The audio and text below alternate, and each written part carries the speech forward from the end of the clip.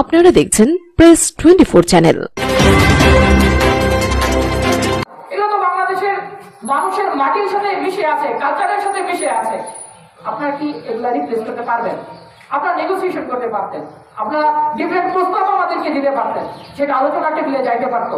আচ্ছা, আপনারা বলেন, এই 16 বছর ফ্যাসিস্ট রেজিম আওয়ামী লীগ থাকার পর আমরা কি কারণে এই জায়গায় একটা বিল্ডিং করতে পারি নাই?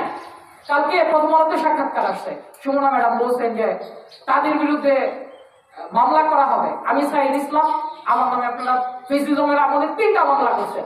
প্রথমে মামলা দিয়ে দিচ্ছেন তুমি ছাত্র দল, তারপরে মামলা দিয়ে দিচ্ছেন তুমি ছাত্র শিবির, তারপরে মামলা দিয়ে দিচ্ছেন তুমি ছাত্রদের আন্দোলনের নেতৃত্ব দাও। 3টা মামলার একটা ওঠে না। ম্যাডাম আর একটা মামলা দিয়ে দেন, আমার নামে 4টা মামলা হয়ে যাক।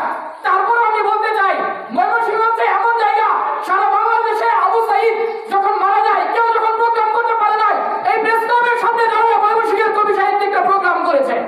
আপনাদেরকে জানতে হবে, এই ফেসিজমের আমলে সারা বাংলাদেশে কেউ যখন লেখালেখি করতে পারে নাই, অবরুদ্ধ সময়ের কবিতা নামে আমরা একমাত্র একটা সংকলন করেছি। সারা বাংলাদেশে যেটা ফেসিজমের বিরুদ্ধে একমাত্র দলিল, সারা বাংলাদেশে আর কোনো কবি সাহিত্যিক এটা করতে পারে নাই। সারা বাংলাদেশে ফেসিজমের বিরুদ্ধে আমরা মুভমেন্ট করেছি, আমরা চালাইছি। প্রধানমন্ত্রীর কার্যালয়ে আমাদেরকে হত্যার জন্য লিস্ট পাঠানো হয়েছে, ফেসবুকে আমাদেরকে ওপেন হত্যার জন্য হুমকি দেওয়া হয়েছে। সেই ভিডিওগুলো আছে, সেই ভিডিওগুলো ভাইরাল ভিডিও, কাইন্ডলি আপনারা দেখবেন। তো এই প্রশাসন আমাদের রক্তের উপর দাঁড়ায় আছে। এই প্রশাসনের ম্যান্ডেট হচ্ছে আমরা জনগণ। এই প্রশাসনকে আমরা স্থাপন করেছি, এই প্রশাসনকে আমরা স্টেবল করতে চাই। কিন্তু এইখানকার কর্তৃপক্ষের কাছে আমার প্রশ্ন, আপনারা কি জনগণের কাছে কি মেসেজ দিতে চান? এই সরকার শিল্প সাহিত্যের বিরোধী, আপনারা সরকারকে কি মেসেজ দিতে চান? আমরা মাজার ভাঙার পক্ষে, আপনারা কেন সেফগার্ড নেন না? আপনারা কেন জানেন না যে এগুলো সেন্সিটিভ ইস্যু? সেন্সিটিভ জায়গায় আপনি হাত দিবেন, ছোট জায়গা বড় হয়ে যাবে, এখন স্কুলিংয়ের মতো চারদিকে ছড়িয়ে যাবে। আপনারা এই ইস্যু কেন সৃষ্টি করতেছেন? আমার প্রশ্ন, আপনি কি সরকারের পক্ষে কাজ করতেছেন নাকি সরকারের বিপক্ষে কাজ করতেছেন? সরকার কি আপনি ব্র্যান্ডিং করবেন? ময়মনসিংহকে আমরা জন্মদিনের শুভেচ্ছা জানাই 238 বছরের, আপনি কিভাবে ব্র্যান্ডিং করবেন?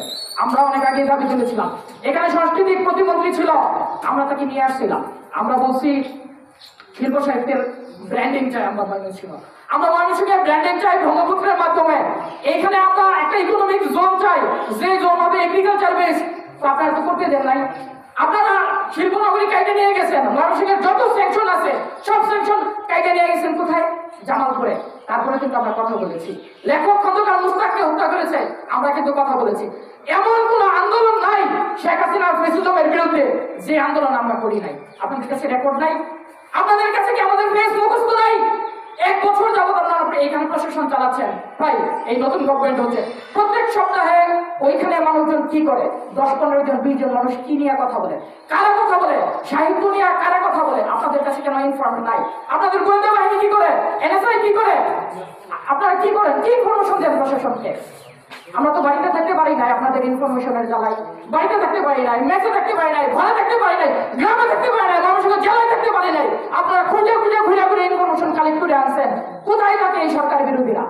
আজকে যখন আমাদের সরকার প্রতিষ্ঠিত হয়েছে, আমরা যখন আজকে মৌলবাদী ট্যাগ আমাদের নাই, আজকে যখন আমরা বলতেছি সকল মানুষকে ইনক্লুসিভ করে আমরা বাংলাদেশের কথা বলতে চাই, আমরা কওমি মাদ্রাসার কথা বলতে চাই, আমরা হিন্দু সম্প্রদায়ের কথা বলতে চাই, আমরা ডানপন্থী মানুষের কথা বলতে চাই, আমরা বামপন্থী মানুষের কথা বলতে চাই, আমরা একটা বহুজনের সমাজ গড়ে তুলতে চাই, আমরা সেই মেসেজ যখন সরকারকে দিতে চাই, সরকারের এই অভ্যুত্থানের এই স্পিরিট নিয়ে যখন আমরা কাজ করতে চাই, তখন আপনি যে একটা মুক্তমঞ্চ ভাঙিয়ে দিলেন, এই মুক্তমঞ্চটা ঘুরে দেন, পারবেন?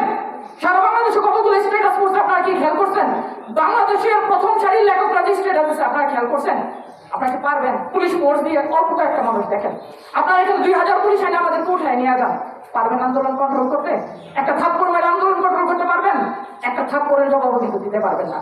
কবি সাহিত্যিকরা খুব সেন্সিটিভ ইস্যু, আপনারা মনে রাখবেন, মানে এটা স্বাভাবিক ইস্যু না। আর আপনারা কি ভাঙছেন, মানে কোন জায়গাটা ভাঙছেন? এখন যে প্রশ্ন করি, শিল্পী সাহিত্যিকরা কি কারণে এখানে আপনাদের কাগজ ছাড়া এখানে কাজ করতেছে? 1992-তে 1992 আমরা বলছি যে এই জায়গাটা আমাদেরকে বরাদ্দ দেয়, আপনারা তো বরাদ্দ দিতে পারেন নাই। শিল্প সংস্কৃতির চর্চা যারা করে তাদেরকে একটা ছোট্ট জমি বরাদ্দ দিতে পারেন নাই। এখন যদি বলি ময়মনসিংহে কত শত একর জায়গা, কত শত খাস জায়গা আপনারা কাদেরকে বরাদ্দ দিচ্ছেন? কিসের বিনিময়ে বরাদ্দ দিচ্ছেন, কেন দিচ্ছেন? কিন্তু শিল্প সাহিত্য কর্মীদেরকে 1 খণ্ড জমি আপনারা বরাদ্দ দিতে পারেন না, কারণ তারা টেবিলের তল দিয়ে আপনাদেরকে টাকা দিতে পারে না, কারণ তারা আপনাদেরকে ঘুষ দিতে পারে না। আপনারা পারেন না তাদেরকে একটু জমি বরাদ্দ দিতে পারেন না। আপনারা কাদেরকে সরকার বিরোধী ট্যাগ দেন, তাদেরকে ট্যাগ দেন, আপনারা ট্যাগিং করেন না। এই যে দেখেন বৃদ্ধ লোক আশরাফ মির এখানে এসে উপস্থিত, সারা বাংলাদেশ তাকে রেসপেক্ট করে। বেগম জিয়া যখন ময়মনসিংহে আসে, আশরাফ মির এটা সভাপতিত্ব করে, শামসুল হক সারা বাংলাদেশে নেতৃত্ব প্রদান করে।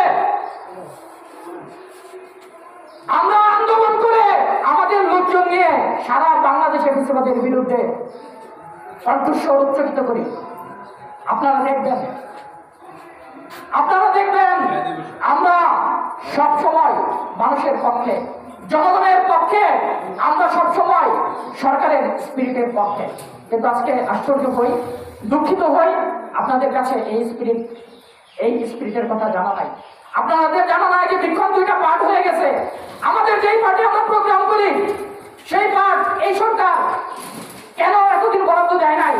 আমাদেরকে ট্যাগিং করেছে, আরাফাত রিজভিকে ট্যাগিং করেছে, হাসান জামালকে ট্যাগিং করেছে, আশরাফ মিরকে ট্যাগিং করেছে, আবুল কালাম আজাদকে ট্যাগিং করেছে, তবে শামসুল হককে ট্যাগিং করেছে সরকার বিরোধী বলে। আমরা গত 16 বছর সরকার বিরোধী ট্যাগিং খেয়ে আসি, এখন আপনারা সেই ট্যাগিং করতে চান? আল্লাহর কসম আপনারা পারবেন না। আপনাদের বুকে এত সাহস নাই, আপনাদের অত কলিজা নাই। যতক্ষণ পর্যন্ত আমরা জীবিত আছি ততক্ষণ পর্যন্ত আপনারা পারবেন না। তো সরকারের কাছে একটা রিকোয়েস্ট, এই কথা বলে শেষ করব। আমাদের যে ইন্ডিয়ান গভর্নমেন্টের প্রধান আছেন, উনিও তো লেখক, উনিও তো বই পুস্তক লেখেন, আর উনিও তো একটা অর্গানাইজেশন করেছেন গ্রামীণ ব্যাংক। প্রত্যেকটা অর্গানাইজেশন, প্রত্যেকটা ফোরাম প্রথমে গড়ে ওঠে, তারপর সরকারি কাঠামোতে এসে সেটা অনুমোদন পায়। আপনাদের যদি মনে হয় যে পার্কের এই জায়গাটা প্রোগ্রাম করার অনুপযোগী কিংবা এটা প্রোগ্রাম করতে পারতেছে না, you can negotiate with us. আপনারা আপনাদের নিয়ে টেবিলে বসতে পারতেন। খাতা কলম সংস্কৃতি কবিতার বিরুদ্ধে ভাই বুলডোজার চলে না, বুলডোজারের শক্তি অনেক কম। আপনারা জানেন যে শহীদ মিনার ঘুরা দেওয়া হয়েছিল ইতিহাসে, সারা বাংলাদেশে শহীদ মিনার গড়ে উঠছে। কবিতার মঞ্চ ঘুরাই দিতে পারবেন, কিন্তু আসলে ইতিহাস থেকে মুছে দিতে পারবেন না। আমরা তো ভাই ইতিহাস লিখি, এখানে যারা আছেন লেখক, সারা দেশের পেপার পত্রিকা মিডিয়ায় এই অঞ্চল থেকে যাদের লেখা যায় তারা এখানে বসে আছে। আপনারা না চিনে কিভাবে এরকম করেন? এটা হবে না।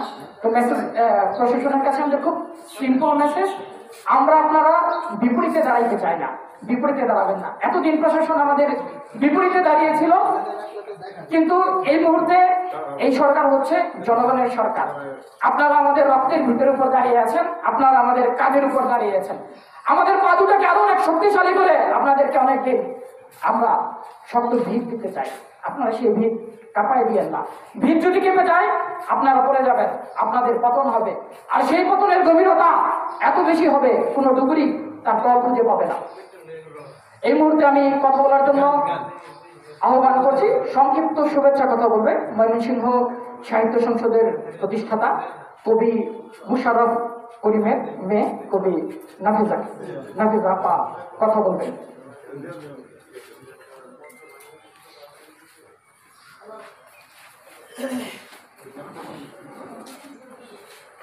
আসসালামু আলাইকুম। আসলে এমন একটি বিষয় নিয়ে আমি এখানে আসবো নি কখনো কোনো দৃঢ় কল্পনা করি নাই। যেই সাহিত্য সংসদের জন্ম দেখেছি, লিখনের জন্ম দেখেছি, এবং যেই স্থানটিতে এই সাহিত্য অঙ্গন হিসেবে আমরা জানতাম বা প্রাঙ্গণ হিসেবে আমরা জানি, যেখানে প্রতি শুক্রবার লিখনের সাহিত্য চর্চা করা হয়, সেখানে হঠাৎ করে আকস্মিকভাবে এভাবে সেই মঞ্চটি ভেঙে ফেলা, সেই স্থাপনার উপর আঘাত হানানো, কেন সেটা আসলে আমি জানি না। তবে প্রতিষ্ঠাতার কন্যা হিসেবে অবশ্যই আমার কাছে বিষয়টি খুবই খারাপ লেগেছে, খুবই মর্মাহত আমি। আমি খুবই একটা ইমোশনাল একটা ইয়ে ফিল করছি, যা কিনা আমি কি বলবো আমি নিজেও বুঝতে পারছি না।